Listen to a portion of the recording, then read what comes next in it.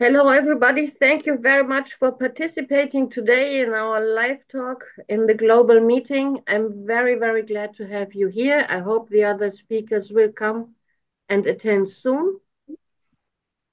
We have Ingrid Auer from Spain, Veronika Danzer-La from Tobago, Dietmar from Austria, Zachuas from Kenya, and we are still waiting for Neil from Australia and Gautam from India. I hope they will attend soon. So may I ask you to introduce yourselves a bit, and then we begin and talk about how is the situation in each country and what are your projects for the year 24. Who wants Okay, to I start. Pleasant good morning. This is Veronika Danzer-La from Tobago. We have now just after 5 o'clock here, and it's about already maybe 25 degrees warm here. I'm living here now in that little paradise since the little island since 17 years. I came here in 2004 when I was ready for a change in life, a shift. I was 29 at that point. Now I'm 49. And my husband and myself, we have established the last 14, 15 years a foundation here where we rescue horses, cats and dogs, and also now goats. Plus, we open up a space for especially able children and adults where they can feel embraced and empowered. So they do work with us, they create our park with us. They participate in animal assisted therapy. They are part of our community. It's a very interesting project because there's nothing like this in the Caribbean. Thank you for having me, Marianne. Always a pleasure. Hi. Hello, everyone. Who is next in introducing? I think Neil is not logged in. Go on, Zachuas. Yeah, hello everyone. It is 5 minutes past 12 p.m. here in Kenya, and I just came running from church this morning. It's the last day of the year, and a lot of meditation about what we've accomplished, what we've not accomplished, just looking at the new plans we have. But again, they say we leave the plan to God in our faith. So I am very grateful to join this meeting. It has been a while since I've been on this call. I always enjoy when we are having a conversation with Marianne. There's a lot of things to learn, a lot of exciting information to receive. And I have had a good year in Kenya. I'm running a project. It's called the Inua Village to Global Foundation, and it's a combination of different things. Mostly empowering community members out of poverty because we believe that it's graduated. You cannot get people who are already drowned from a drowning position to being 100% well. They must go through stages. So we have designed our work to start at a very basic level, to pick people at a very basic level, help them, and then at some point they get employment, and then at some point they learn how to save, they learn how to create wealth for themselves, and then they're able to live a meaningful life and they can start to contribute to the wellness of the society. So that's the work we do, and I'm glad that I'm here. I'll be able to share a bit more about what we are planning and how we have been facing the different situations every day. So I'm always very deeply honored to just meet this wonderful panel and to share my experiences and also a few things that happens on this side of the continent of Africa. Thank you. Thank you. Who's next?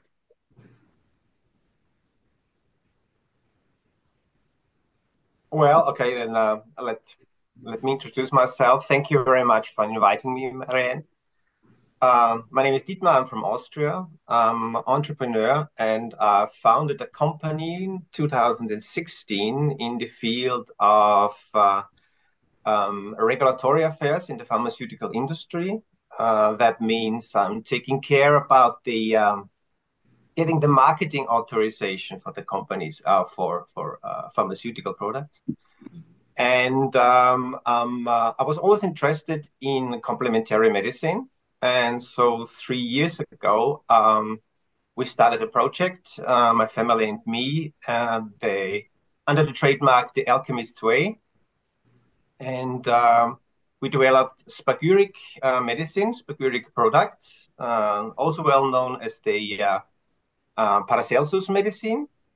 And this year, actually, we have plans to launch products for the animals.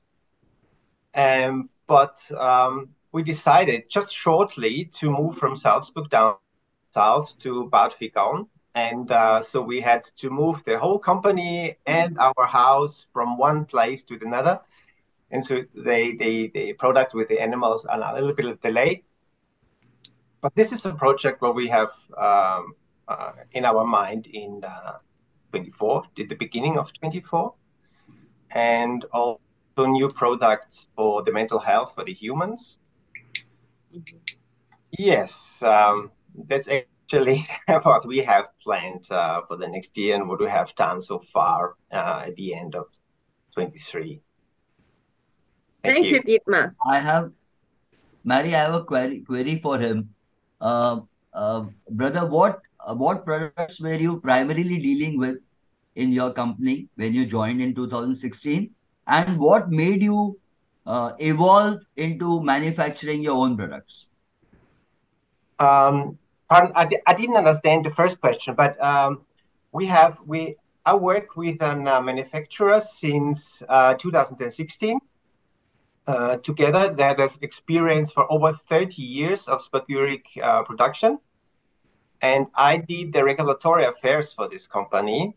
And this company is located in Carinthia. It's called Ionis Spagyric. And well, we decided to launch a product for the mental health for the humans. And that was actually the beginning. And we have around the family, around friends, they all have animals, and they always ask me, and even the people they use our products, ask if we have something, or do you have something for my cat, my dog, or even my horse?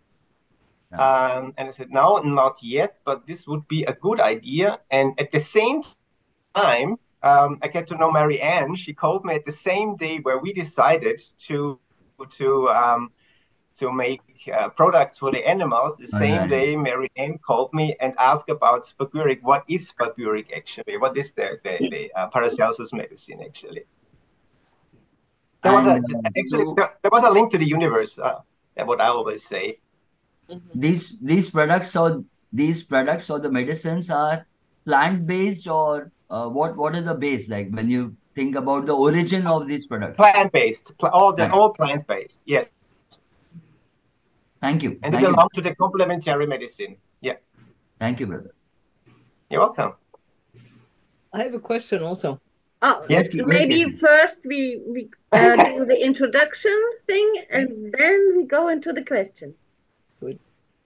I'll introduce myself by Veronika and Kacy and Ogan. If you remember, brother Ogan, we have already met on one topic during the COVID, because that is where we came to know about the hardships that he has faced, and they were poor in interconnectivity, poor internet connection. So, and we have got to learn a lot from him. But with Ingrid and Dietmar, I'm meeting them for the first time. I am a homeopath practicing in Mumbai, in India. And also I am into law, and I also consult with medical legal cases. and I am a psychotherapist by profession.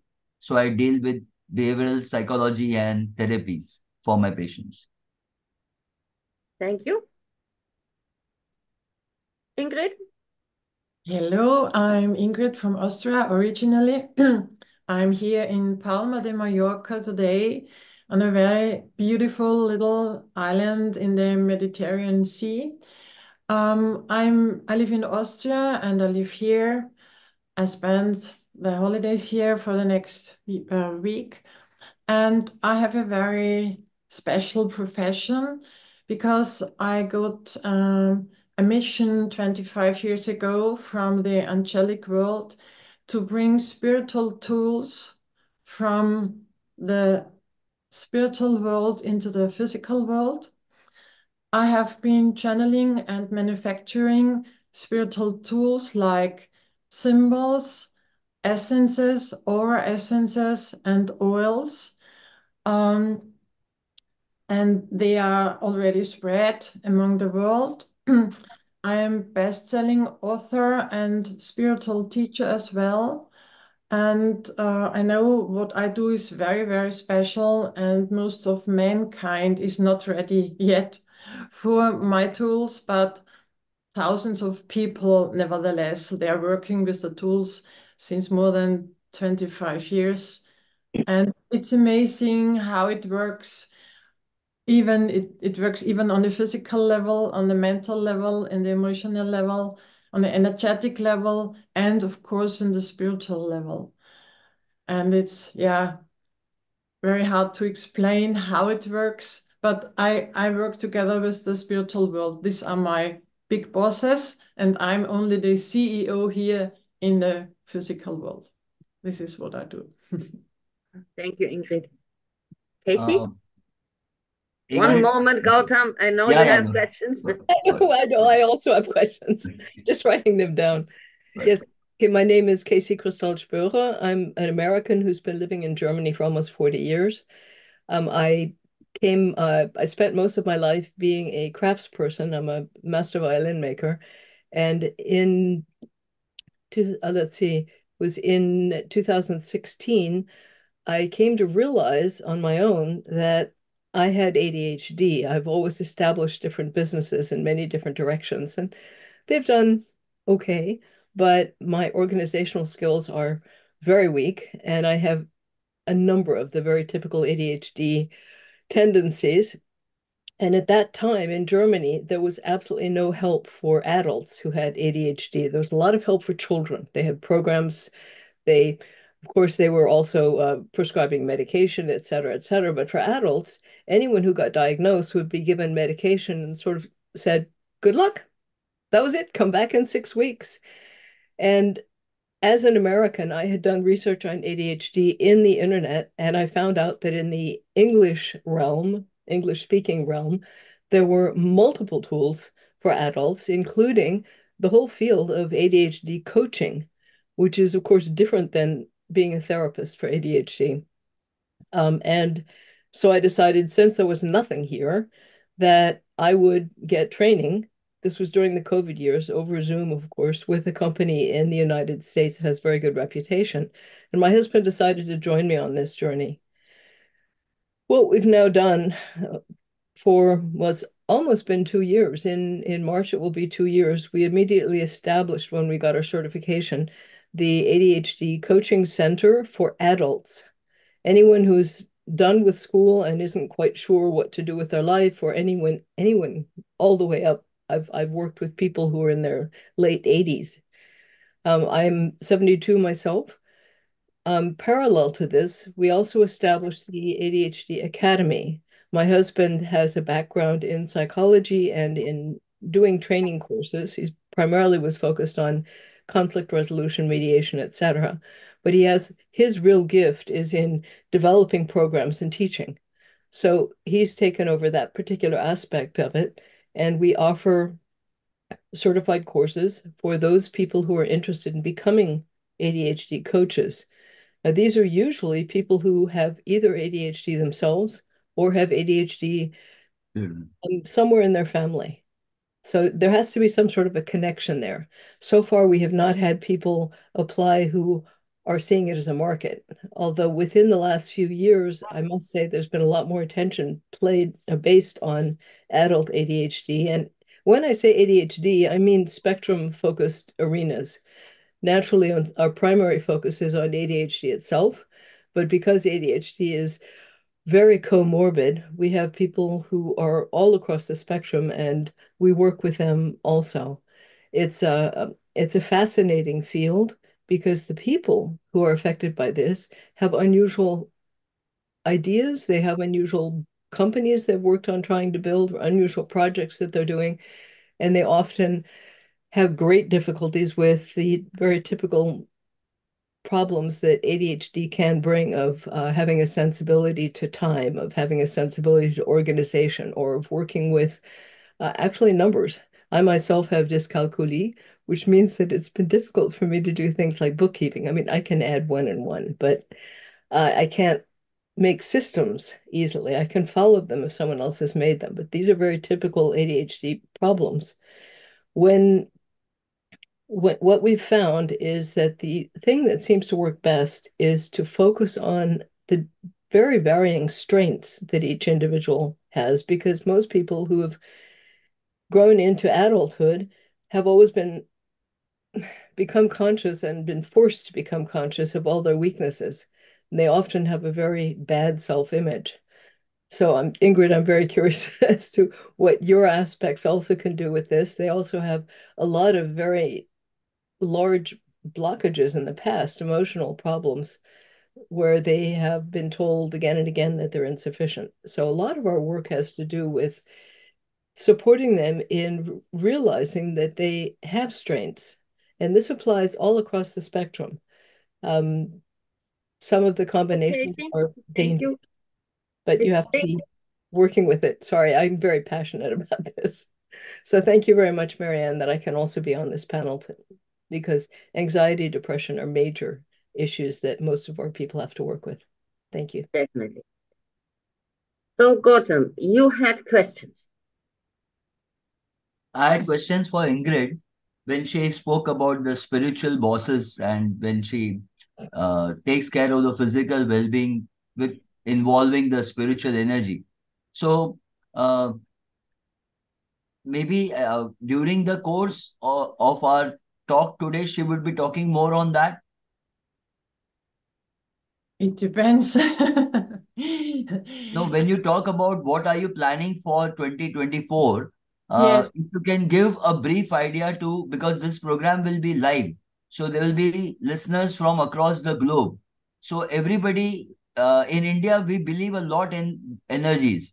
So many people would be actually interested in what do you do with spiritual energies. So I would request you that during your session now, when we go live, you speak about it, and then if I have questions, I can, because to learn now, we will always already be late. And if you speak on live network, it will be beneficial to many listeners across the world. Yeah, I understand. As I said, it's a little bit hard to understand because you can either feel it or not feel, because spiritual energy, which in my mind has nothing to do with religion, this is something No, different. no, no. Yeah, We are I- not speaking about religion. yeah, In fact, if Neil would have been here, he would have been able to sync with you very easily because he talks about energy in each cell. So it would have been a very good discussion between you and Neil. I don't know why is he not logged in. By the time you are on line, I'll try to contact him. If he can log in, it will be very good for us to see you both discuss, because you both are dealing on the same plane of energy healing. It is yeah. not about religion. It is not only about energy, ma'am. So I think if you Yeah. can speak it. But spiritual energy, this is different from human energy, for plants energy or crystal energy or the vibration of music. This is a different kind of energy. So, And if you can uh, give a brief idea when you are speaking about your plans for 2024. I'm channeling the energy. Yeah, I have a bottle of water, for example, or a bottle with oil, and this is plain There's nothing inside except the vibration of the oil or the water. And I got the information or the instruction in 1998 how to bring spiritual energy, the energy of angels, of ascended masters, of different masters, not only the very famous one. Right. How I get this into the water, into the oil, into the symbols. And I work together with the spiritual world, and they are sealing, yeah, the symbols, they are sealing the essences, the bottles. So when I take this into my hand, not my human energy is going into the bottle. It's only the spiritual energy, for example, of Archangel Michael or Archangel Raphael or Archangel Gabriel. Or there are many, many, many. Yeah. Yes. And then you see the symbols, but the symbols you can put in your hand and you put them on the chakra, for example. Yes. And this is a kind of energetic, spiritual healing work. So I have thousands of feedbacks of people who have been using these symbols and essences and our essences for the last 25 years.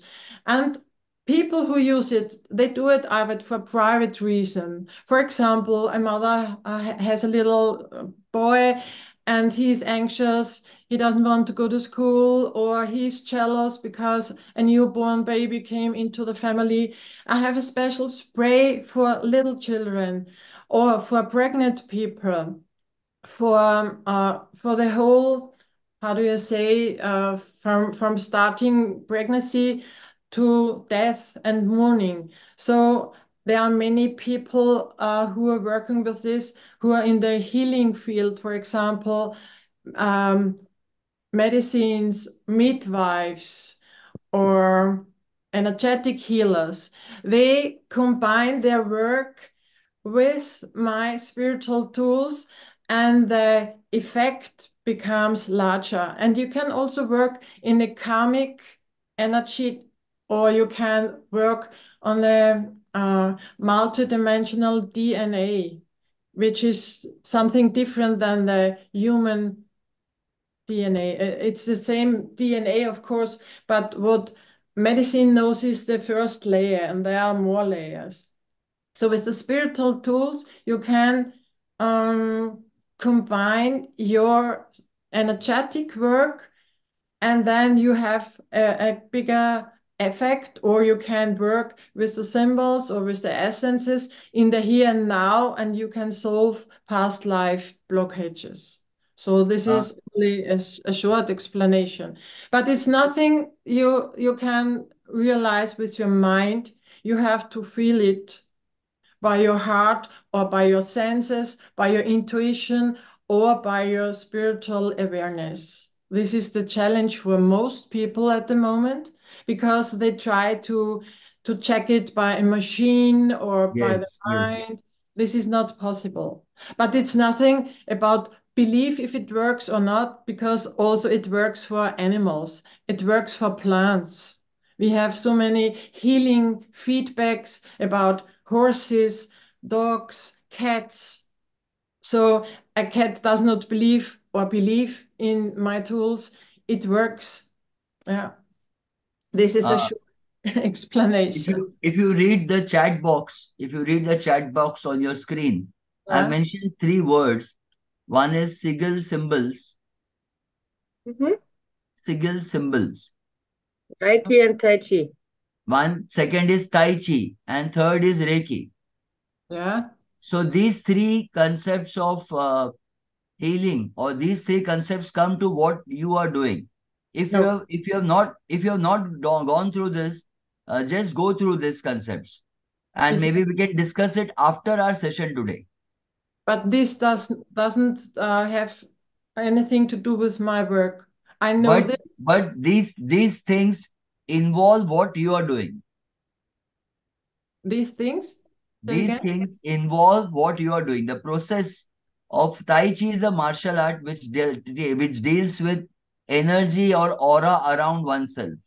Yeah, I know, but Reiki is the universal energy which it passes through us as a media to the receiver.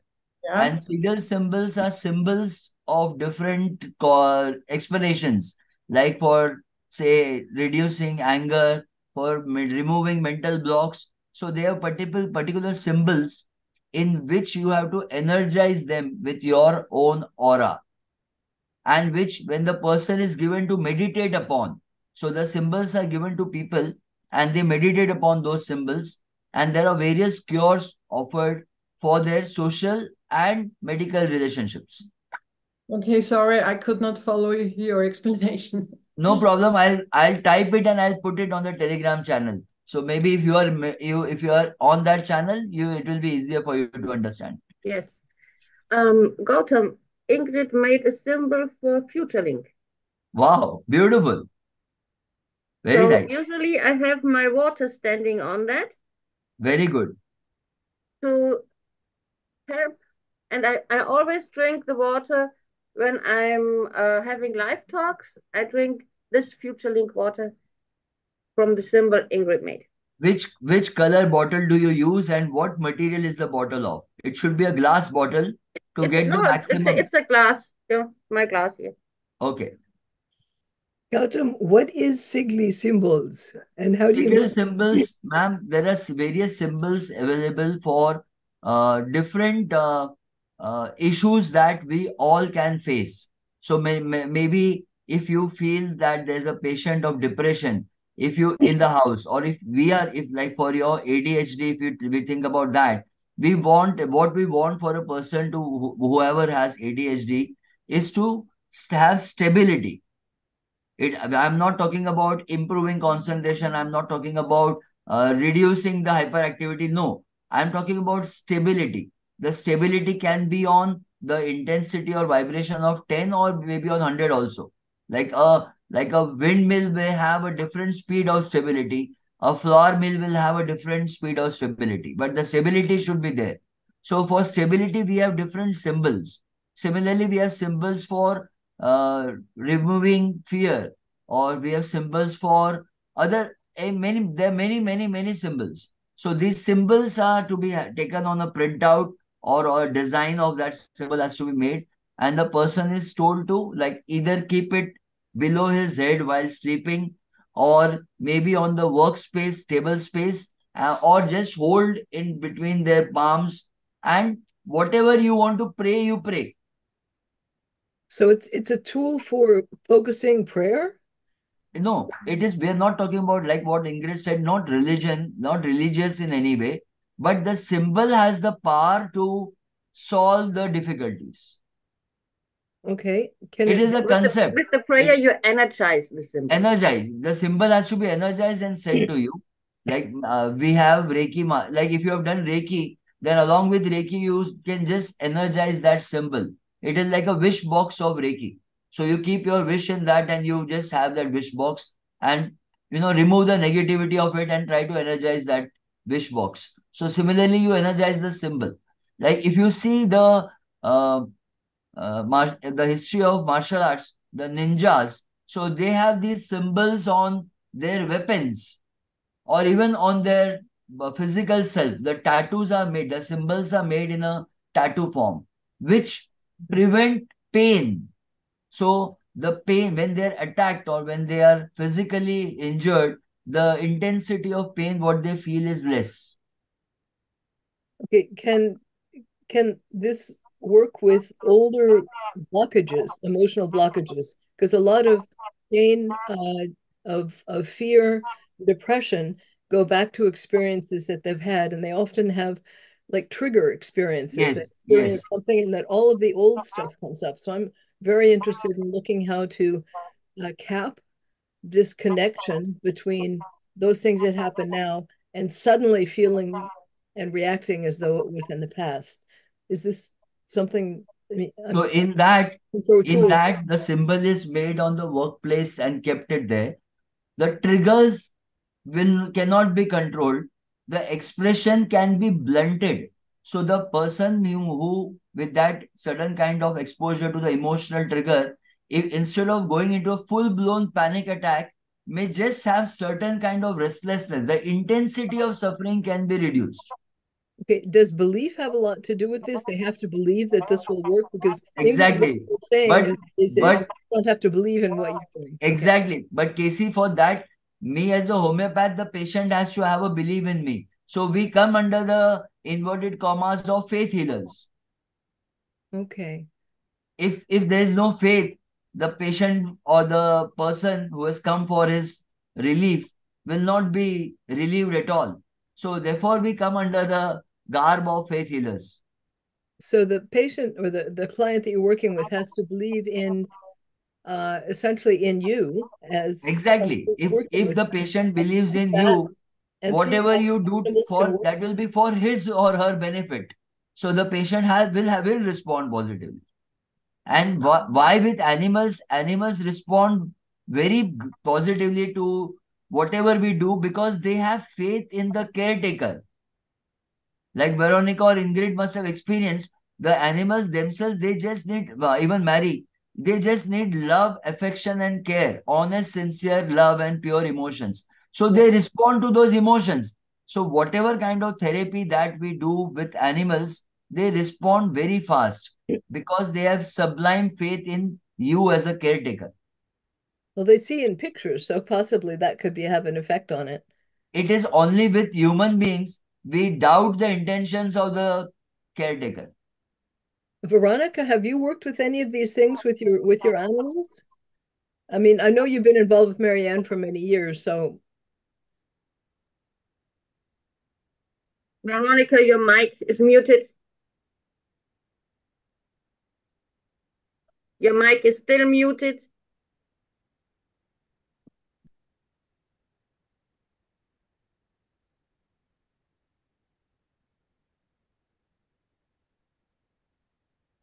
Your microphone.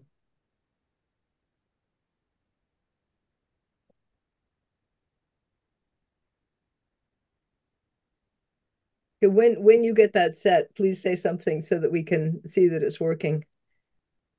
I can see that it is not working. Okay. Then maybe you could type something in the chat and we can translate. Marianne can look at that. Yeah? I've already done that. Veronika has only to open her mic herself. Maybe it takes a minute. I understand. In the meantime, I just wanted to say that the spiritual energy, whether we get it directly from the divine or we put it into symbols, as Ingrid does, it always is working. The only thing we can do is resist and believe that it doesn't work. Yes. And get ourselves on a very different mind track. Marianne, can you talk just a little on that? What do you mean? Ingrid wants to say something.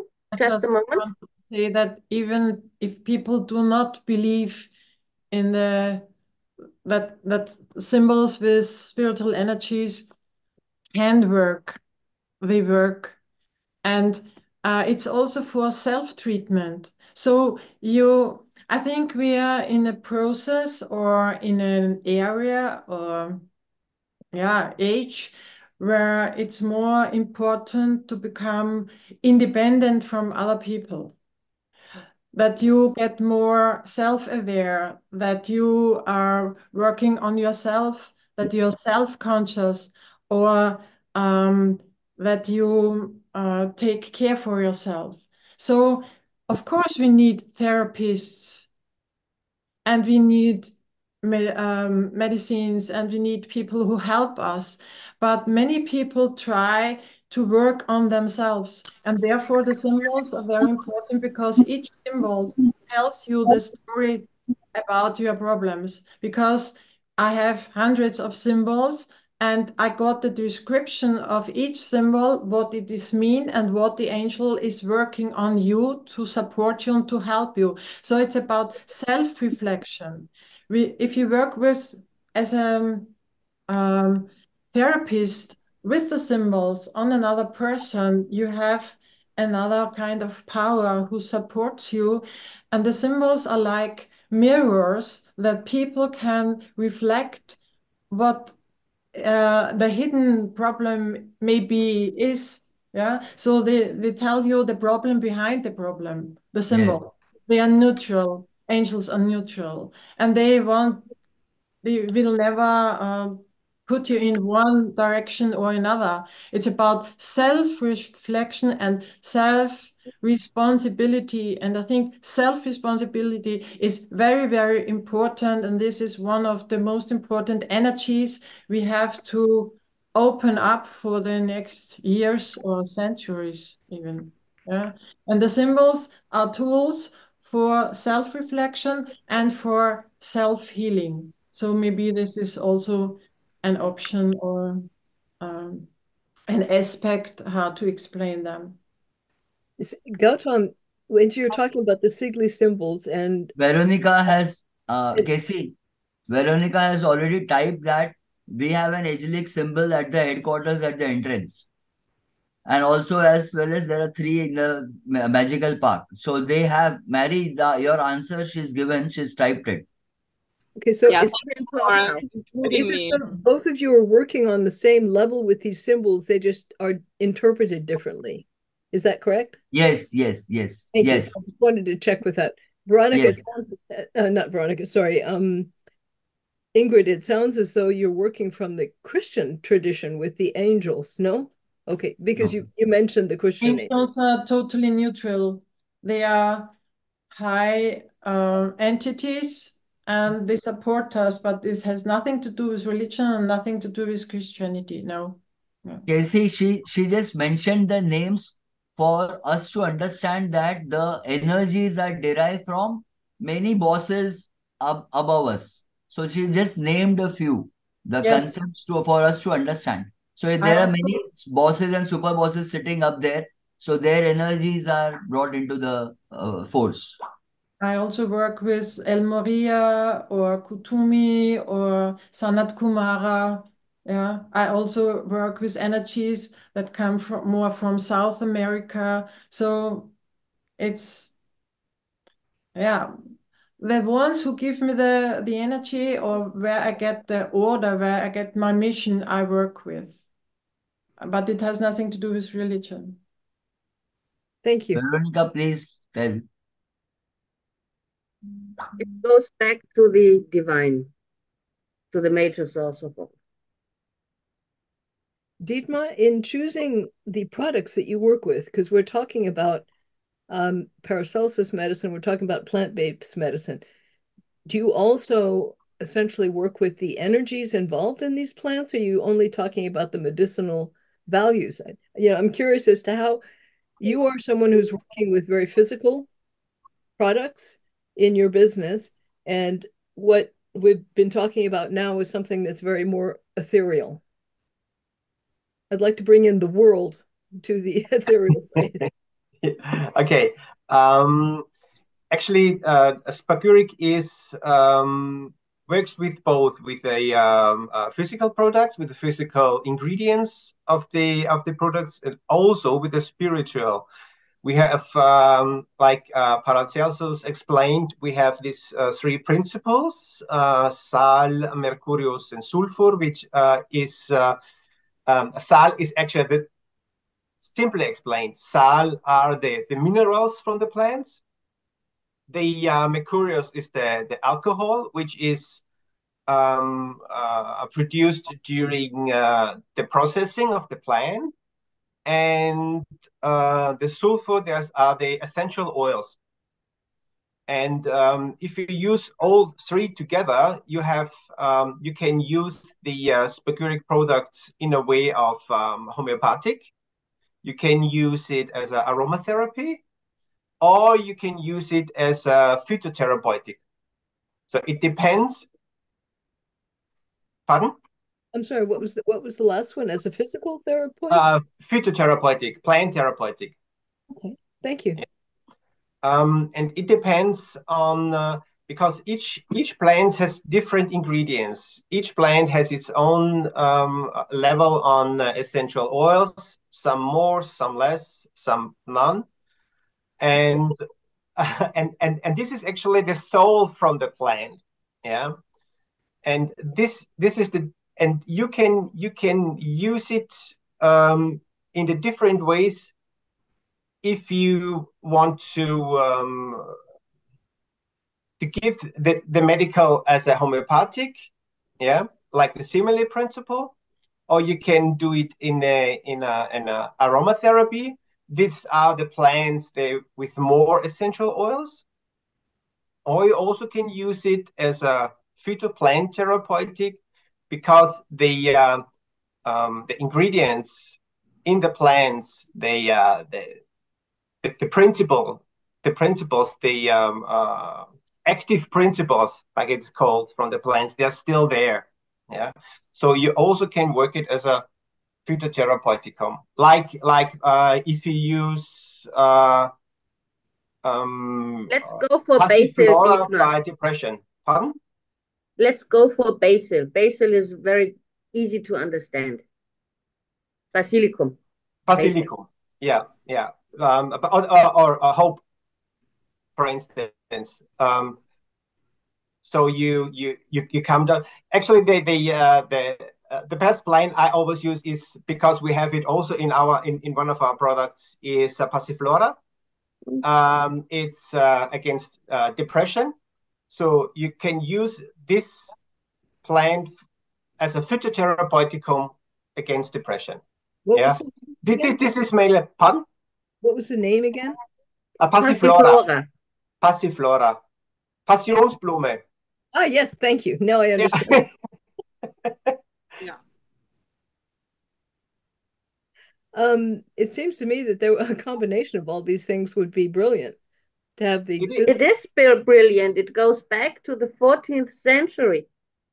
No, I agree, but I mean, combining both what Gautam is doing and what Ingrid is doing, all of this, combining it. I mean, I'm familiar mostly with Bachblüten just from what I've worked with in the past. So the concept of the essence is something I understand. But combining all of this to work with depression and fear, they're just two of the main things that I have to work with in any event. It's very interesting to combine all of these. But Zachuas, as he is in Kenya, has also all the traditional roots to ethnical medicine, to the shamans. And what they can do is amazing too. I believe. Can you talk a bit about that, Zachuas? Yeah. Yeah, I'm listening to all of you speak about these things so freely, and I think we have spoken on this show before, and the biggest dilemma has been the fight between modern medicine and what is classified in Kenya as traditional medicine. And there's constant war between, those who want to sell more modern medicine and those who want to practice the traditional ways of healing. And there are many, and in many cases, the traditional ways of healing are packaged and presented as primitive, as non-scientific, as non-proven, and there is a big issue around whether you are getting this kind of healing or treatment, and there's just never-ending war between these two. But when you are in the villages, in the rural villages where I work most of the times, you will find people easily gravitating towards the traditional medicine, traditional healing. We have a lot of medicinal plants that people naturally use. So if I was seated next to my grandmother or my grandfather, and I said I was feeling a stomach ache, they are likely to pull a leaf on the fence and tell me, chew this, before they recommend me to go to any chemist or whatever. If my child is not feeling well, and maybe is having nose blockage and is having a flu, they are likely to cut roots and cut barks and cut different things and boil them and cover the child in the blanket, and they do it so traditionally, and they know how to combine the different plants and put it together. But then the nurse or the community nurse will come around and will quickly take the child to the hospital, and now it will be a tug of war between what is right and what's not right. So as a society, I think listening to you and this what's different, you have freedom to practice these things. But we are in a place where we are fighting between development and realizing who we are. And even what Ingrid is talking about in terms of the religion and in terms of the this is not being religious and this is not being spiritual. It's the same challenge we have, not just about medicine, but the spirituality of the religion seems to take the center stage, and any other thing is classified as witchcraft and not wanted. And we have many people who explore spirits the way Ingrid is talking, that are not religious in nature, people who believe in their ancestors, people who go to revive their ancestry, and they perform rituals to invite those spirits to bless their lives and their lineage and things like those. But then they are looked at by the society as being witches, as being, inviting evil spirits and things like those. But across the continent, across Africa, we have a vibrant population that believes in these kinds of powers, these kinds of spirits, and they practice them. But in some areas, they're actually illegalized, and they are made to be against the law, and people suffer. And even to just get these medicines approved, it's a hell of a job, to get them to be used and administered. So all these are things, as a society, we are at a conflict point where we are fighting with our past and our natural traditional ways of living and modernity, and you seem to have gone through from your past to modern and now going back to the roots. And as we are in a place where we are grappling to balance between picking the modernity or choosing our roots of existence. And I think for me, that's what I'm hearing in this conversation as very interesting, and maybe becoming conscious as someone who is an advocate of development.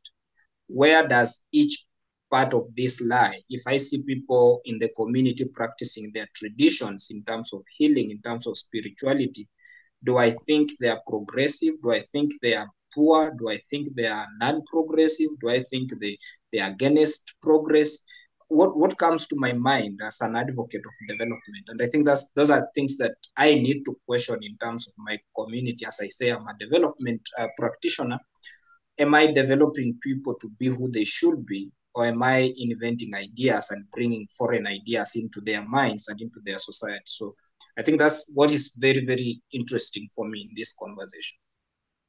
And I think that Ingrid did hit the point here, saying it's all about being independent and being able to care for yourself.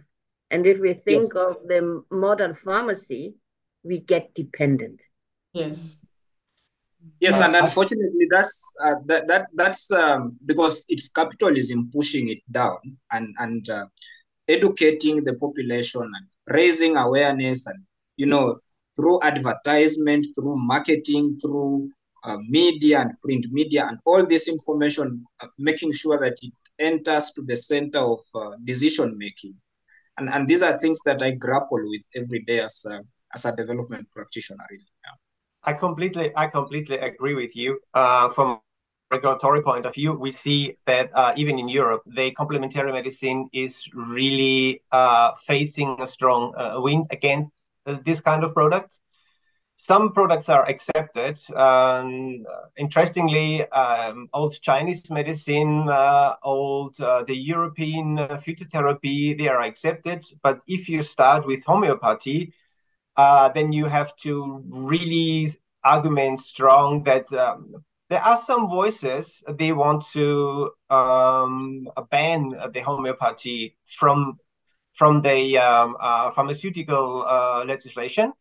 But the tradition is too big. Germany, Austria, Switzerland, France. So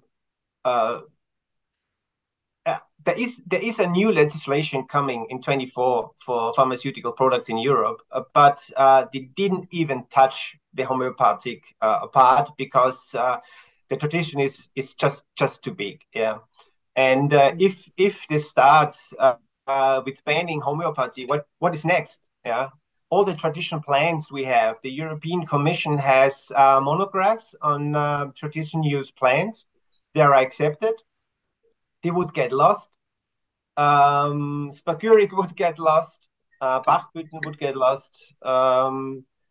The way to make it difficult for pharmaceutical companies to deal with complementary medicine is that the legislation, the requirements to place the products on the market, getting more and more difficult. So the companies go from the pharmaceutical part to the food supplement part.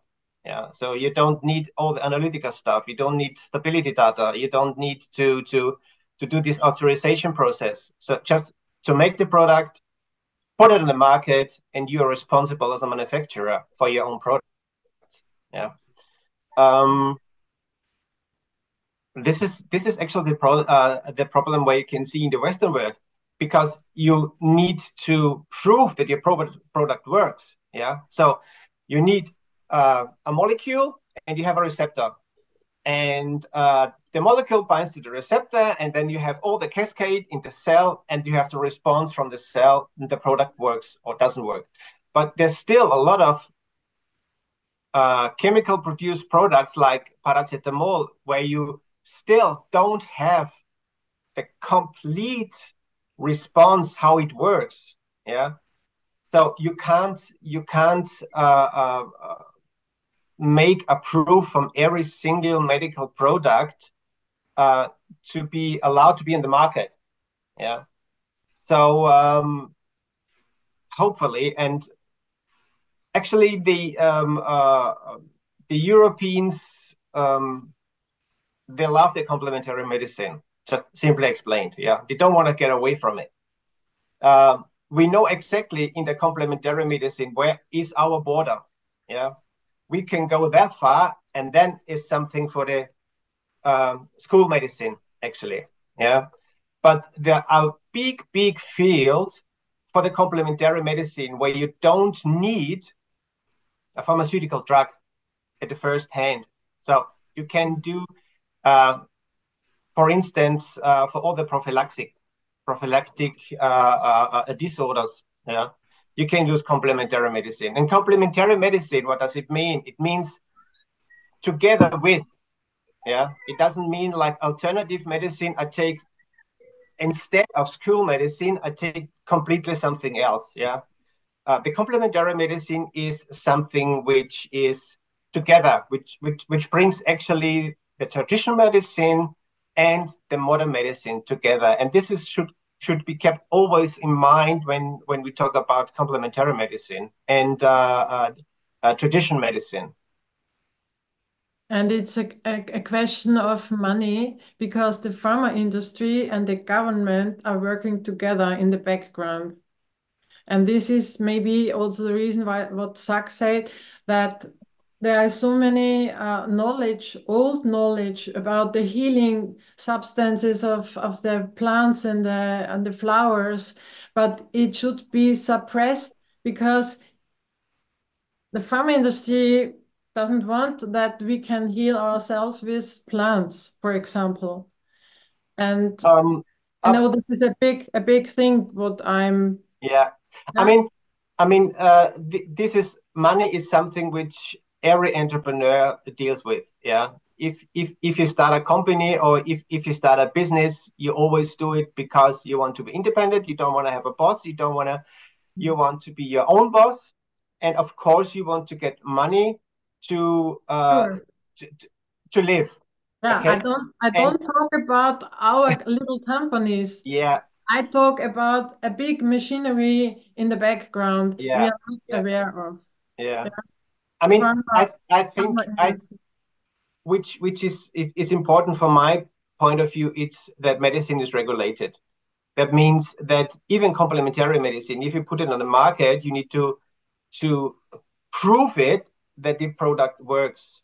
So it is not misleading. But when I say to prove it that it works, it can be made by literature. It can be made by tradition literature. Yeah. So you have all these clinical studies, you don't have all these toxicological studies. In the European Union, we have this traditional plant medicine where when the product is used 30 years and 15 years in the European medicine, it's considered as safe and it works, yeah, efficacious. So this is something where I can live with, and I love it. For my instance, I had one project where I went to the library, different kinds of library, just looking for a proof that this plant really has been used for many years in this indication. And this is just very, very interesting if you sit there in the library and looking for all these old books and collect it to show the agency and authority that this plant is used, it works. And this makes actually the complementary medicine so interesting, because you go into history, you get the history back.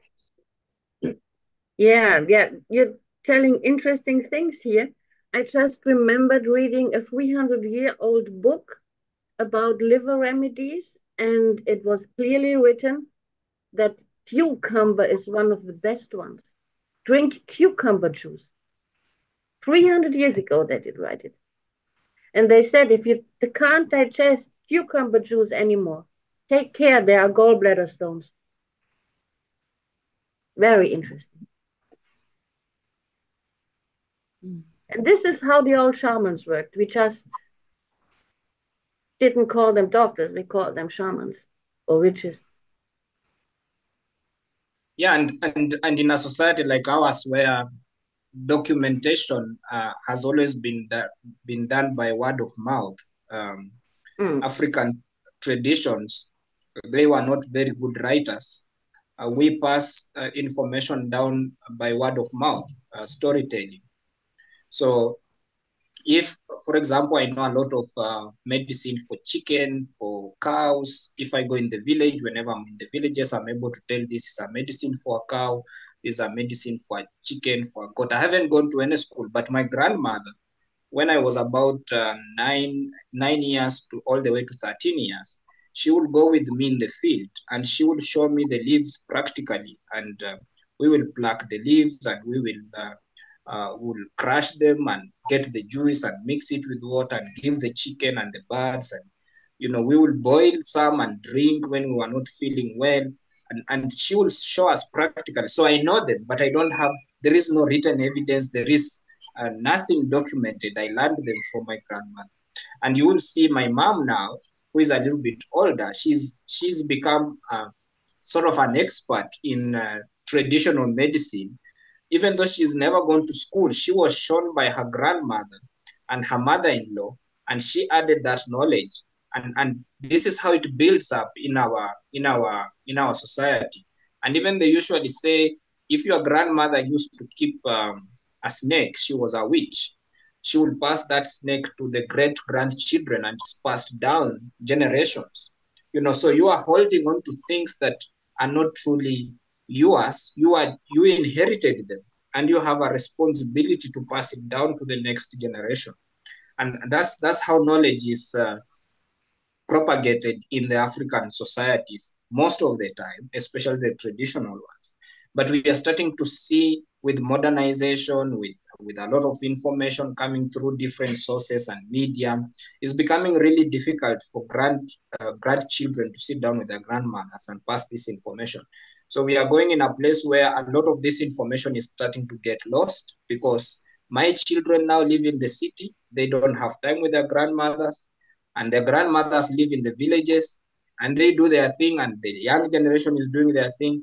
And we are going in a place where some of these plants, some of these healing methods, some of this spiritual connection is going to get lost as the younger generation is pulled more towards modernity and consumption and all that. And, so all these are things that we get a little bit frustrated about, especially as we think about how to develop Africa and to develop Kenya and to have a society that understands itself, has a route where it's coming from and where it's going. There's a lot of tug of war between where we are going and where we are coming from. So this is what is very interesting for me, and just thinking through this.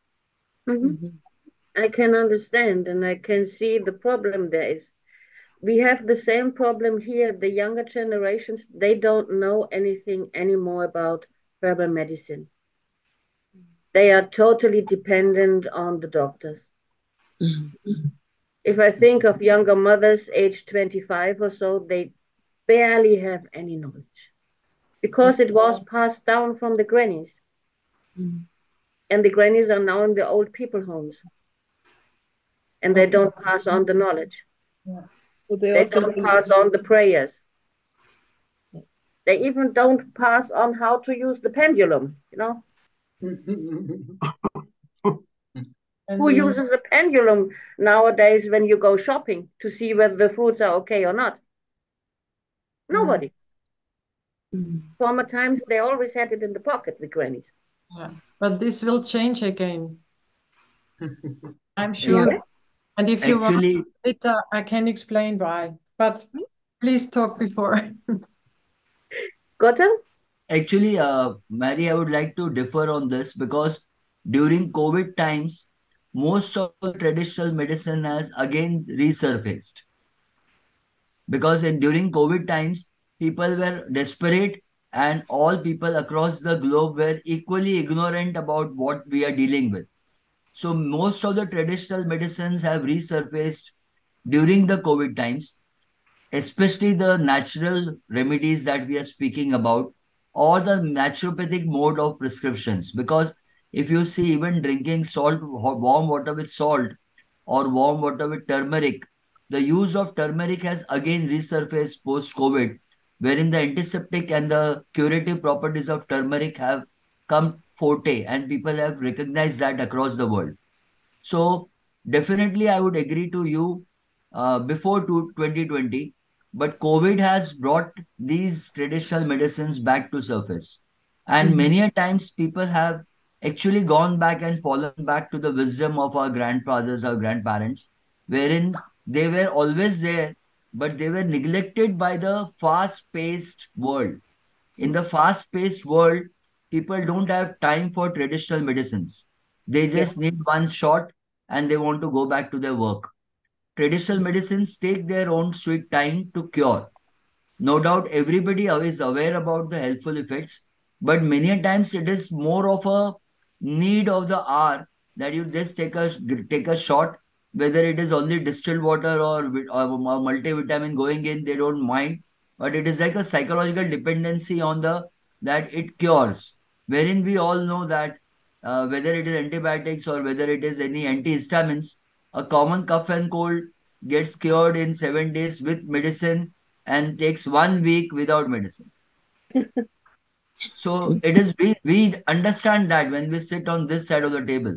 But for the patient who, on an average, in a city, in a country like India, or even Zachuas will understand what I'm telling, that wherein people are working on daily wages, most of the people, so they don't have time to get expose themselves to traditional medicines and get cured completely.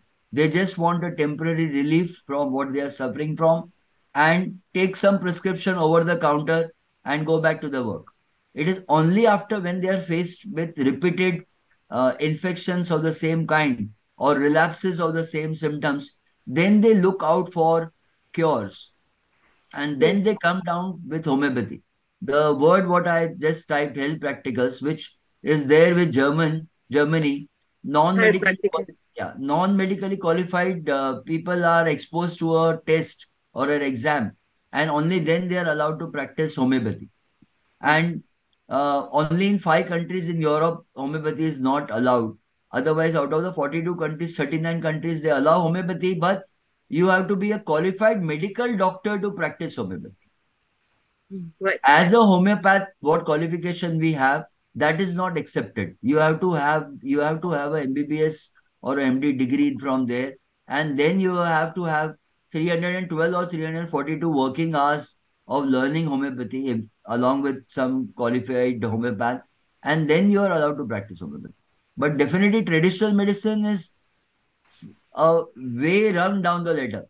If we take up what Ingrid was talking about, uh, uh, uh, Dietmar, please, brother, please don't take it as an offense, but we call it as a pharmaceutical mafia.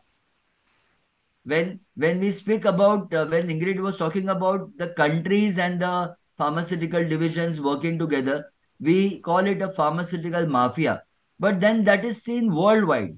Now, if you see, there are so many side effects coming out of the vaccines what people had received. But understand, we have to please understand that that was the need of the hour. If that so-called vaccine was not introduced, maybe we would still be in lockdowns. When people understand that there is a cure, then people move out freely. COVID is gone. No, it is a myth. Because once we are used to a COVID virus, whatever we have gone through in last year also should be something which is more powerful than the COVID-19. So definitely this is the new variant of the virus which we are exposed to, and we still suffer from cough and cold. Because already the natural herd immunity for COVID-19 has already taken place in ourselves. So if we still suffer from a cough and cold, that is not COVID-19. That is worse than COVID. But just because on our psychological front, we understand that there is a vaccine and there is a cure, or maybe now it is, we have imbibed in our subconscious mind that we have to take rest for 3 days, we have to have plenty of fluids and take a paracetamol to control the fever. So then we are relaxed mentally. But otherwise, COVID is still around and COVID will never go away. So Always has been around. traditional medicines help us with our natural immunity.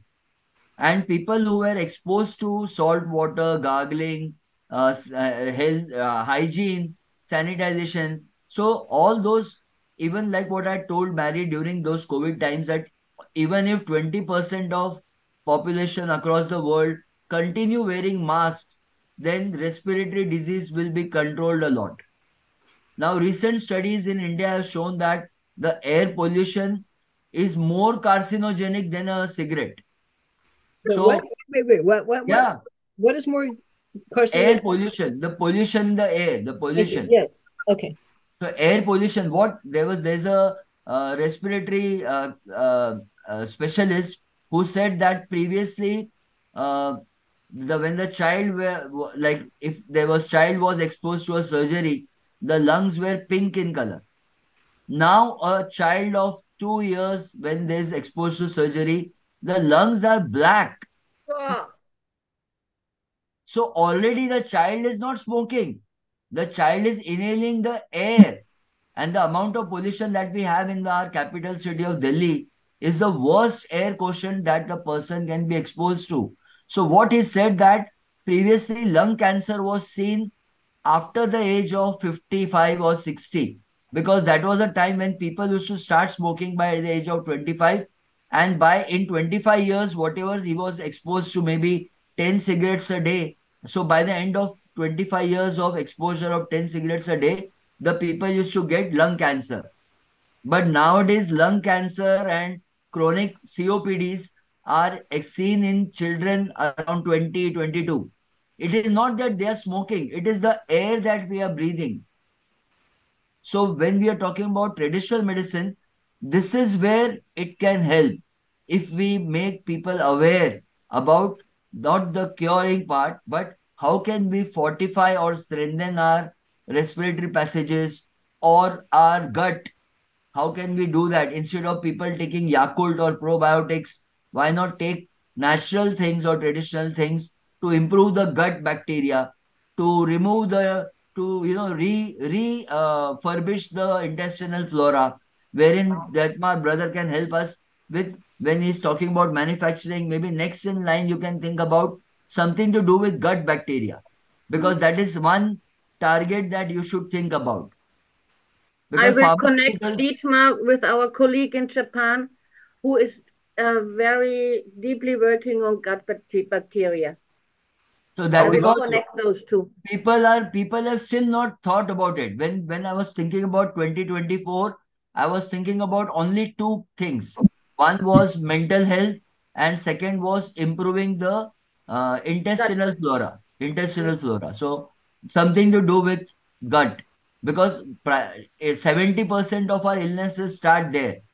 Like we always say that a person's life or the living depends on the liver. So liver in pun intended. Liver is the liver, the person who is living, in how he is living, and the liver as an organ. So when we talk about the portal system of the body, of the human body, that is where the whole gut involves, the whole metabolism takes place. Whether alcoholism, whether non-veg, whether gluten-free diet, everything comes down to the physiological condition or health of the liver as an organ. So that is what we have to look into. So these are the areas where traditional medicines will help us. Definitely. So Dietmar, remember me that I will connect you to Dr. Tarakoyu in Japan. Good. I will. Thank you very much. Thank you. Yeah. And Kacy and Veronika wanted to say something since long. Okay, I'd like to hear what Veronika has to say, and yes, I do. As always. Veronika, I just haven't heard much from you, and I'd like to hear what you have to say first. Thank you. I wanted to tap into energy, and Ingrid, it's really wonderful to meet you here in this circle of great speakers. What is very very much here right now in Tobago, presently working, or I am working with right now, is we have a lot of firecrackers everywhere, and I just wanted to share something here.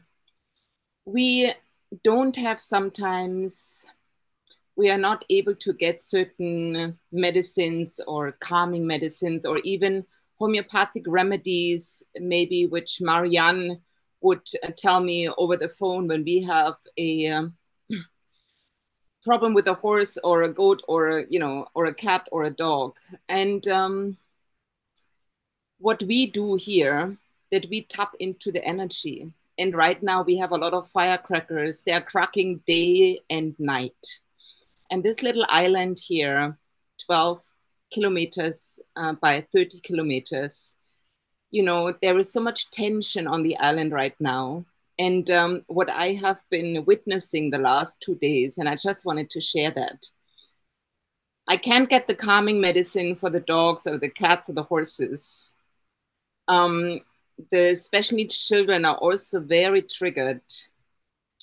And, my mom gave me the hint. She said, we're going to tap into this energy and we are going to send them the calming energy. And it really did work the last 2 days. And I just wanted to share that. And just while I'm speaking about it now, my goosebumps are raising up. I think this is the medicine for us, for the way forward for 2024, that I tap into that energy. And I think, Ingrid, this is the higher level. This is the future medicine I'm just talking about my little world, my little circle here, where sometimes I don't have the resources. And I'm so grateful that I got that answer, because it does really work. What I wanted to share with you. Working with that, because it's a problem here also. What do you mean by tapping into the calming? Are you talking about? Tell me about what is that? What does that mean to you? What did you do? Okay. I'm a pragmatist. Okay. I go to that space where I feel one, where I feel love, and I'm asking for that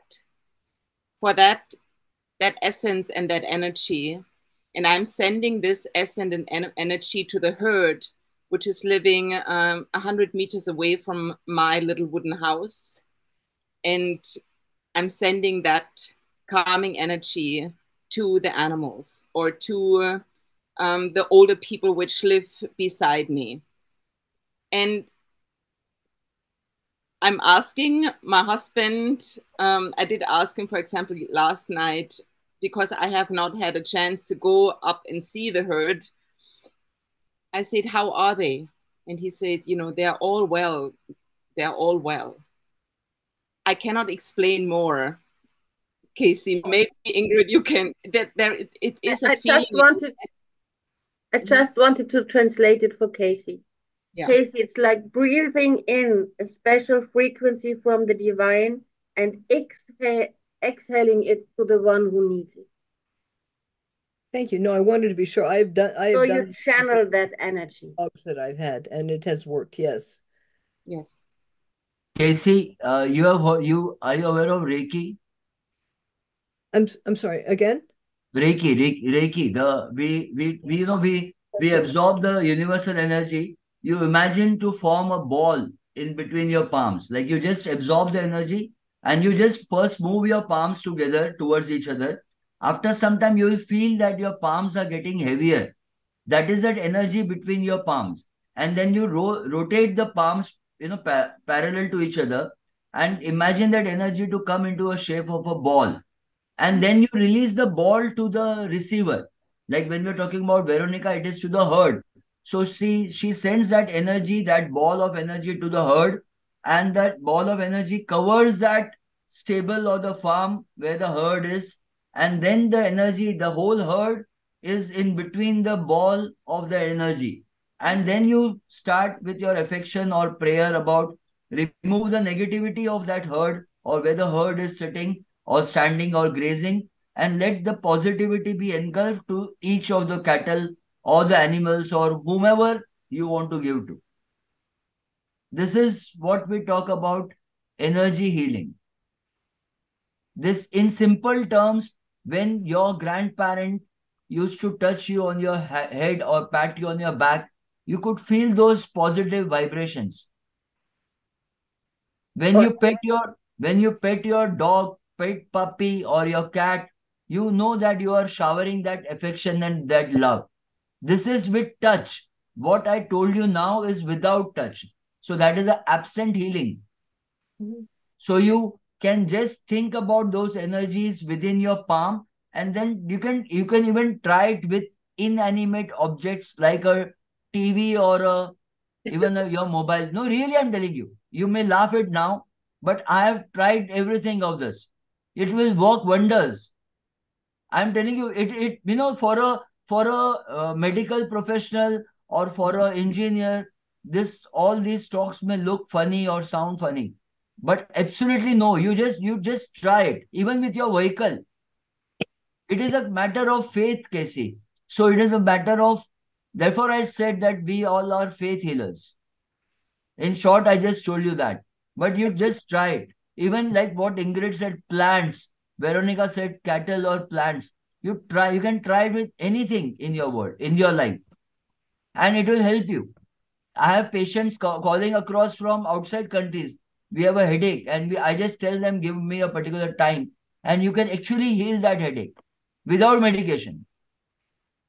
Kacy, think of what we did in the old Bavarian villages 50, 70 years ago, when a child was sick and no doctor was available.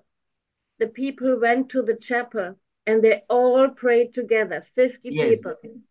And all the energy of the prayer went to the child and the child was healed. It's the same thing. Okay. So there is no, like what Dietmar said, brother said, that we don't have proof for this. There are no records or statistics which can prove this. So therefore, many governments, they don't accept these pathies because there is no concrete evidence to it. But yes, the evidence is there with healing powers, but not with the statistical data which the so-called governments require. Okay, but this affects things. It affects living creatures. It affects ways. Exactly. I agree. And I'll tell you one more thing. When there's a positive effect, there can be a negative effect also. See, how can only positive energy be transpired? Negative energy also can be transpired. It can influence. Yes, it can influence. It can influence. So that is what is we take into consideration the healing power. Not enough. I'm sorry, it's not enough because our belief can influence the energy, the atmosphere. But the people that we're working with, they need to either learn this themselves What are we talking about here? I'm so much of a pragmatist. I want to know how to help those people who are in my tribe, which are those Yes. people who have different brains. These different brains are often on a very physical level. It's a disposition of the brain, yeah? And the way they approach their life, I can help them by my positivity. It's one of the gifts that I have. Yes, Yes. I work with this, but the still are issues. We're talking about homeopathy, we're talking about using plants, etc. If this was the best, the only, the top thing, then we No, wouldn't need any of that. We just have to pass the energy on. no, we are Except not talking we need about this that. is the best We thing. need to I integrate. In all my discussions till today, I have always spoken about holistic approach. All pathies are important. Only one pathy cannot work. Allopathy is important in cases of emergencies. Even if my father or my brother or my son has an acute problem, I'll be telling them to take allopathy. Yeah. I am not here to advocate one pathy, ma'am. No, I have been very clear to all my patients also. If there is an emergency, we have to resort to allopathy. You cannot depend on traditional medicine, but I am talking about the importance of traditional medicine or importance of other pathies. I agree 100%. I'm not fighting against that. I'm just saying I'm such a pragmatist, and we're talking about the fact that all of these different methods can have a positive effect on people. There's the question, of course, of culture. Zachuas is symbolic for a completely different culture that works with also traditional medicine, works with plants we don't even have here. Yes. Gautam work with plants we don't have here. The Chinese medicine does the same thing. And for me, it's a very pragmatic thing when I'm working with people. How can I sense what direction will help that particular individual? Because some people have an attraction to Chinese medication, to Indian medication, to African, to South American. There are people who just have a vibration that they have. Yes. How can I help people find the way that is correct for them? I'm such a What pragmatist. I want people's lives Ingrid, to be better. Ingrid, whatever yeah. what you cannot give everything. Whatever you have faith in, only give that. Thank you. That's an important phrase. Thank you. I have to think on that one. Ingrid, I have been working as a kinesiologist for many, many years, and I figured out what is the best healing system for the one or the other client. So I figured out by testing with the muscle test, or if you use the pendulum or the dowser, you can figure out which vibration of your client or the whole vibration of your client, which system does it need? Does it need Bach flowers or does it need homeopathy? You can figure it out because the vibration of the person you will match with the vibration of the healing system. And this you can figure out by testing it. I know you are working on a very mental level, and I think you are working with very intellectual people or people who are very mental and the mental body. So maybe vibrational testing is not what seems to be serious. But if you take the dowser, like Marianne has, or the pendulum or the muscle test, you can figure out which system is for which client. And I did this for many years, very, very successfully. Because every person is different. And even if we live here in Europe, we can use flowers and plants from India or from Africa. Because if we need this vibration, and if there is no mental explanation or intellectual explanation, okay, it is how it is. But the vibration tells you the answer. And this is maybe a missing link in your work, I don't know, but this would make it much more easier for you if you are open or more open for vibrations and how to test vibration. You can use it with a pendulum dowser muscle test or with a machine. Of course, there are many machines who can support you and figure out which healing system or which product is the best for your client to support your work with your client. It's not instead of your work, but it can help you to solve or to transform the blockades on the mental level or the emotional level, on a physical level, energetical level, or spiritual level. So we have 5 different levels where we can have blockades. And you are working on the mental level, but you can add something else with tools that can support your mental-based work. What do you see as the 5 levels? The physical level, the mental level, the emotional level, the energetical level, and the spiritual level. And I know many people mix up the energetical level and the spiritual level, but it doesn't matter. Yeah. But if you're, and I feel that you're open, you are very interested. You are not a person who says, oh, what I do is enough and I don't want to do anything more. You are like searching for something for the key that can open up your new world. This is what I feel when I listen to you. Yes, I know everyone is different. I know that. Yeah. But a lot of it, at least with the work that I do, has to do with transferring my positive belief and view of these people to them, that they can at least open the door, that maybe it's true. And that's one of the I don't know what level that would be on, but it's one of the most important things that I see in the work with people I do. But as I say, what they're saying these days is that between 5 and 7% of every single person born on this earth, egal what culture, no matter the religion, age, anything, have a different brain. Either, I mean, it's somewhere on the spectrum. Yeah. This is a physical thing also. And so it has to do with them learning to pull the gifts that also come with it out, and to also learn how to get on with whatever culture they're in. In Africa, it's the same thing. I didn't have time because Zachuas is gone now. I wanted to ask him what the situation is there. In India, I know from Gautam, ADHD, but ADHD is symbolic for the entire spectrum, going all the way through to autism, to very extreme autism. How do you work with these people? And just using positive energy ain't gonna do it.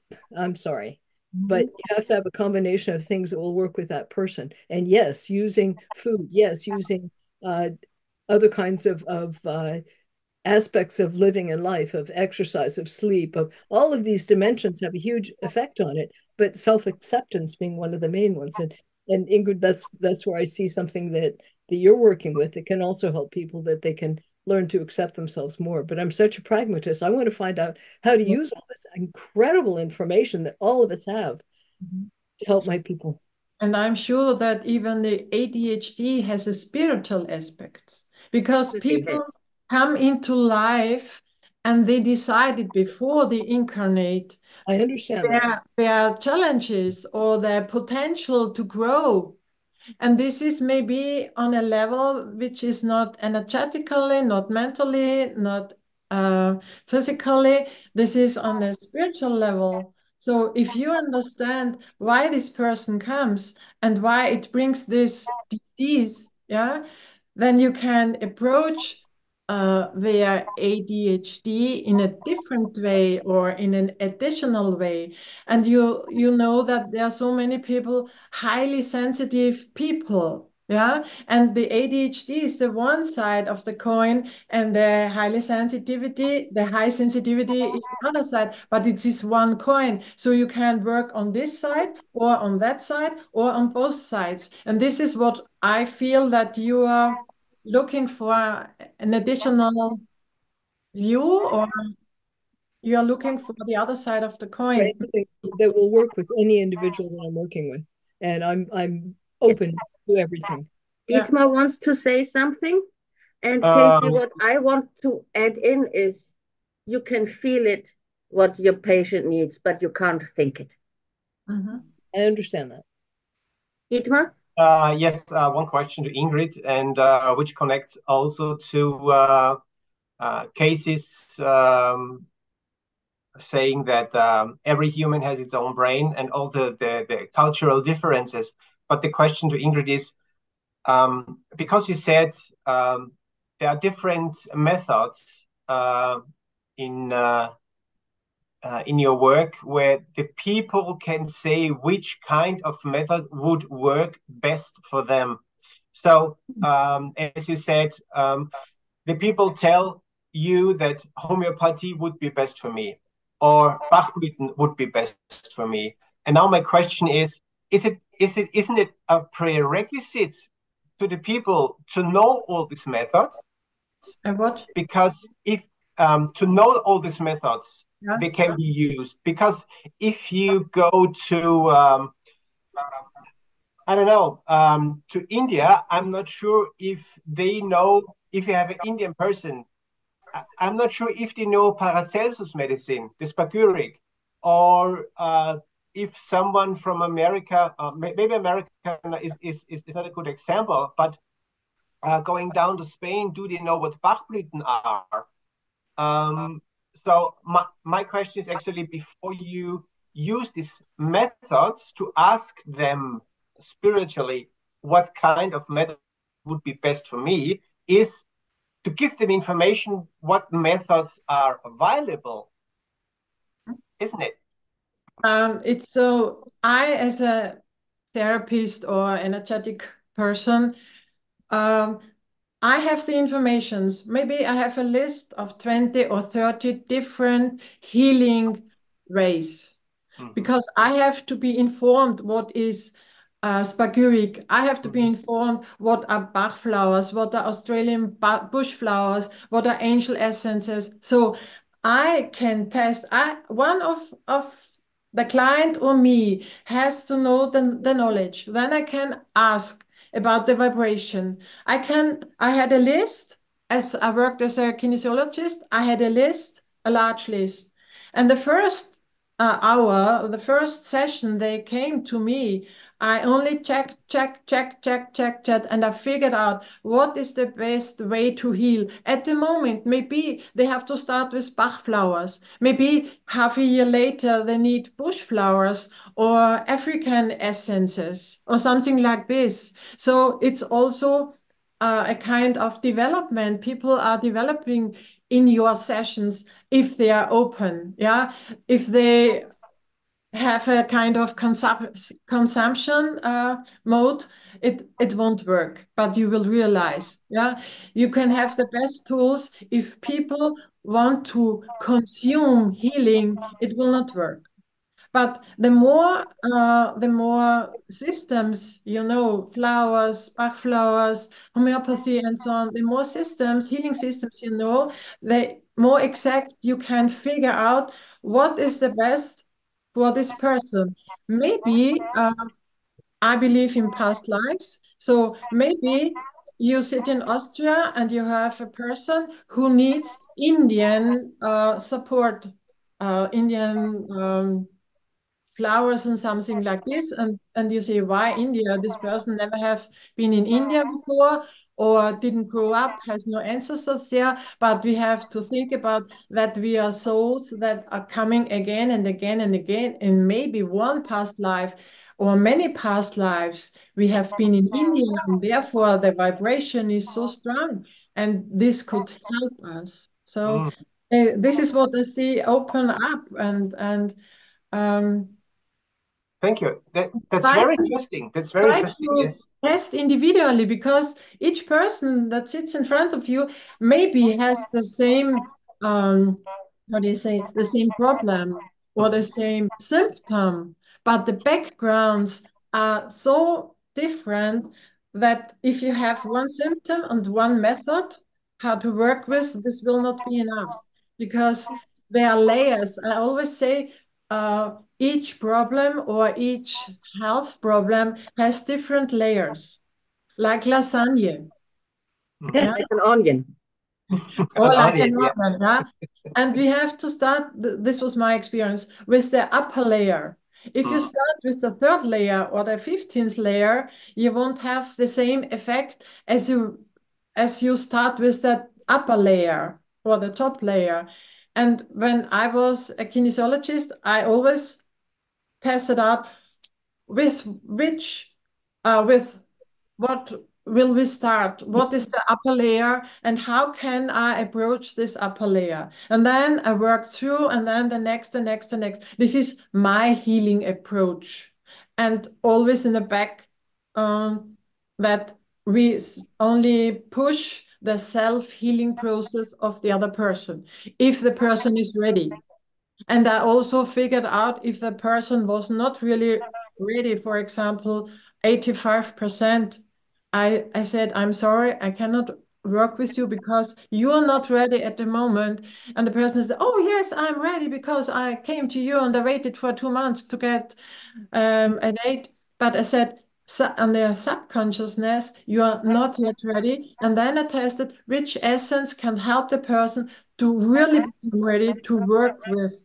Because I often got frustrated because people, they wanted to consume, they come to Ingrid, they have to take the time, they have to pay, and then it doesn't help. And they said, I'm just the one who gives you the impulses, but you have to go by yourself. Self-responsibility. That's responsibility. This is the most Once important. again. Absolutely, absolutely, yeah. I just wanted to open up to two concepts of healing. One is the going by layers.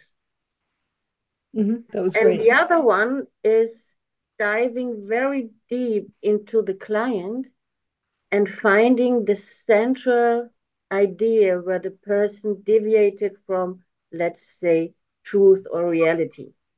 And if you can find that one point, which is very, very difficult to do, then you can collapse many layers in one.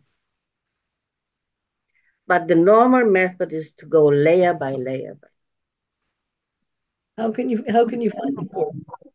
It's the central delusion of a being. Sometimes, due to experience, you can see it, but it's not very often. And another thing I wanted to add is because Zachuas is sadly gone already, he has to attend to other things, is that the African tradition, which is every child is greeted by the community of the village and is welcomed by the community of the village. Whether the child is born in the village or the child is born in the city. Zachuas had to bring his children to the village and they had a huge festival and the child was accepted by the whole village and got gifts by the whole village. This is a very deep remedy for a child because within the first 6 months of the life, the child learns, I am accepted. And this is an imprint in the psyche of the child, which we here in Europe don't have. And many, many diseases derive from, I am not accepted. I am not worthy. I am not good enough. And the African community, they traditionally don't have that problem. This is why the social intelligence in Africa is so much higher. So ADD is not so often. What they have is autistic problems due to abuse. Wait a second, you're saying that autism can be caused through abuse? Autism is due to abuse. Very, very, very often. Thank you. Interesting thought. I'll have to think on that. Not only physical abuse, there's mental abuse, spiritual abuse, emotional abuse. There are many, many, many forms of it. But Marianne, they usually go to people totally collapsing and diving off the body into a very different kind of world. But we can talk these things over in another live talk because we are over time already. It's always fascinating with you. It's always fascinating with you people. And Gautam is gone somewhere. Maybe he's coming back. Here he is.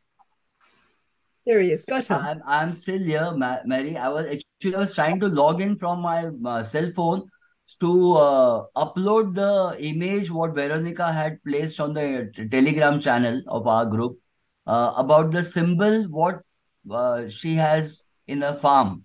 So I was trying to do that, but you as an admin are a strict administrator and you have locked the site of the Zoom application to prevent us from loading up any pictures, maybe.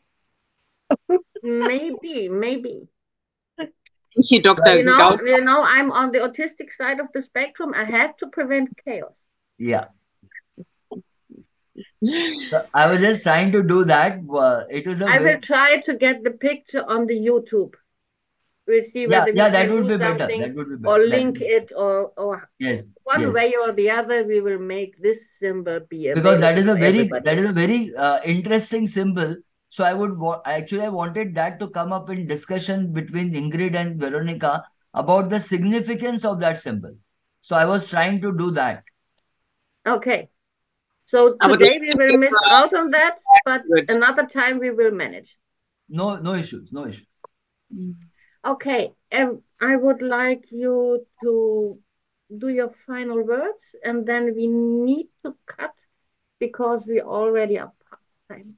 The one major point that we have missed or overlooked or I have not yet expressed is what I would like to share, that post-COVID, like 2021, we had a lockdown and people didn't actually understood what was going through. But in 22, people then, everybody across the communities, they analyzed and then they understood where they were standing, where the foothold were, everything with regards to business houses, establishments, all major business houses, they, removed so many people. Now with last year and this year beginning also, now the last 2-3 months, you have seen that many employers have, because of artificial intelligence coming in, many people have been removed from the jobs. So 24 will be a year to remove the confusion and improbabilities in the minds of people, because people will be now again be planning to what to do with the future, like students planning about their future because of artificial intelligence coming in with such a big force, because of electric vehicles being promoted by all governments. So there are many industries which will face a lockdown, and many of our human beings would be out of jobs again. Yes. So there will be a lot of confusion, there will be a lot of insecurity and improbability. So what all as we healers, or like that was the right time for Brother Dietmar's company to come into mental health, because this will be the year of mental health across the globe. And Mary has planned a wonderful series of anxiety related issues for this year ahead. Now, only thing is that I would want is if everybody agrees that it should be alternate months in English and alternate months in German or whatever language where you would look into the other side of the globe. Because if it would be every month, then maybe it will be oversaturating people's minds. We only when there is scarcity the interest remains. So if we provide more, then the demand reduces. The manufacturing genius sitting with us, the marketing genius sitting with us will be able to shed more light on that. But as a normal consumer that we are speaking to, the patients we are speaking to worldwide, we have to make it a bit more exclusive. So then that can be thought about by Mary. But what we are looking in 24 is a lot of mental health issues. This is why I wanted to make it a topic. Yes. And even if it is not grasped in the instant, during the whole year, when all the changes will come, people will go back to the talks. Yes. And we will do 12 very interesting interdisciplinary talks in German as well. Yes. So we will do every second Sunday, we will do German. Every fourth Sunday, we will do English. Good. First Sunday of the month, I'm talking a bit of awareness, just me on my own. And the third Sunday of the month, I will introduce interesting companies. Good, great. So a lot to do next year. Yes. Nice speaking to you all. Thank you all for this wonderful session. Thank It was you. very nice to speak to all of you. Thank you very much. Yes, the others, please draw your conclusion. There is no conclusion for today's topic because that is what we'll be doing it for the next year. So the conclusion remark is only for today and this moment, not for the topic. Okay. So what did you learn today? What do you want to remind of this talk today? Remember. That actually Ingrid's and Veronica's sessions were wonderful because when we talk about healing energies, there is no end to that because we are healing every moment. Because when we talk about healing, it is every moment and every second that we are living, we have those healing energies with us and around us. And that is what makes the difference. Because when we walk into a place, people look up to you because you have that aura, that positive aura around you. That because you are a true healer and you're living it, living the moment. And it is not that we wait for the patients to tell their complaints. We, in that process of day-to-day life, we keep on healing everything around us. Basically, maybe we are selfish. I think of it that way. I'm not being, it's not a generalized statement. But because I want to feel myself to be secured, I'll definitely have that aura around me. So wherever I go, whomever I meet, I would like that person to be stable. I would like that person to be independent, and I would definitely make that person comfortable, or a group of people comfortable, or the place, state, country for that matter, because I want to feel secure. Thank you. Thank you. I wanted to add on Dr. Gautam's words that, you know, let us pass on this light and let us be there with that open mind and open heart so we can be the channels. And thank you for your inspiration, Ingrid. Thank you, Marianne, for opening this platform. Marianne, you are so intuitive. I'm very grateful. And thank you, Dietmar, for your work. And thank you, Kacy, for your work. We are all so important on this spectrum. Like you said, Ingrid, that spectrum, we need many, many different opportunities and possibilities. And we just need to know which opportunities are there so we can share it. So each of us is such an important soul, and we need to share the goodness. I do it with the equine nature therapy. For me, the animal assisted therapy is very important. That's my remedy out in nature, where I can sometimes crack people open so I can go through the layers and I can see miracles happening through nature and through animals. Their unconditional love is there, and it just sometimes helps to feel reborn. With that said, I'm wishing you all a wonderful, wonderful 2024, and I'm really looking forward to see you soon. Thank you. Well, I would like to add what was interesting now is we're all working actually the same field, but with different access to this field, to the mental health. And this makes our job, our field working in so interesting. So there is not one way, there's not one law that makes that direction. There are many, many ways to come to the same. And thank you very much for this experience. And well, also from my side, I wish you many, many happy moments in 2024. Thank you. Ingrid? I'm very happy to decided once to incarnate in this time because this is a time of big, big change. I think mankind never had such a big transformation like we have now. We realized it 10 years before, 15 years, 20 years, but the last 3 years showed us that everything is coming up that was hidden, and that we didn't use our divine potential, or many of the people didn't use their divine potential. And we all have been incarnated here in this time to make a big change, and 24 will be maybe bumpy, but very interesting. And I'm looking to the next 12 years, but more to 2025. And I wish you a very nice time, and looking forward seeing you again. Thank you, Ingrid. Kacy? Okay. Yes, you had asked what takeaways that we had, and I've had some that I'm letting run down my head. The idea, Ingrid, that you said of testing for every individual person to see what direction of help might be appropriate for them. I thought that was very interesting. And also that, healing through the layers as you work with people, that what you start out with is not necessarily what they need later. That was also very good for me. Put it down here.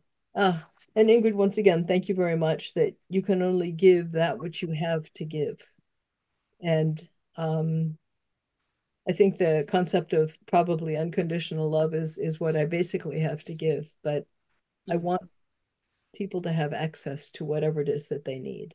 And if I can be an instrument, so to speak, to bring them to other people or to help them become aware of something, that's something that I'm grateful for. And Marianne, I'm still working on this thing that you said, that autism is based on abuse. I'm going to have to let that one work through me. That's new. Anyway, I'm very, very grateful to be with all of you on these discussions. I'm finding it very fruitful. It certainly causes me to think in different directions. Gautam, your ideas and your ways of looking at things, I find incredibly valuable. And thank you for Marianne for letting me be part of this. And I'm looking forward to our community growing through you, Marianne. Thank you very much. Thank you for taking time to attend today. I will post one healing video in the speakers chat, and I will connect it to the YouTube video. Yeah. This is a 45-second healing session my cat Moses gave to a volunteer. Wow. And it's really very... I would like to hear your comments. Definitely. Okay, so have a good time, have a good new year, and see you soon. A very happy new year to all of you. Bye-bye. Bye-bye. Blessings on Bye-bye.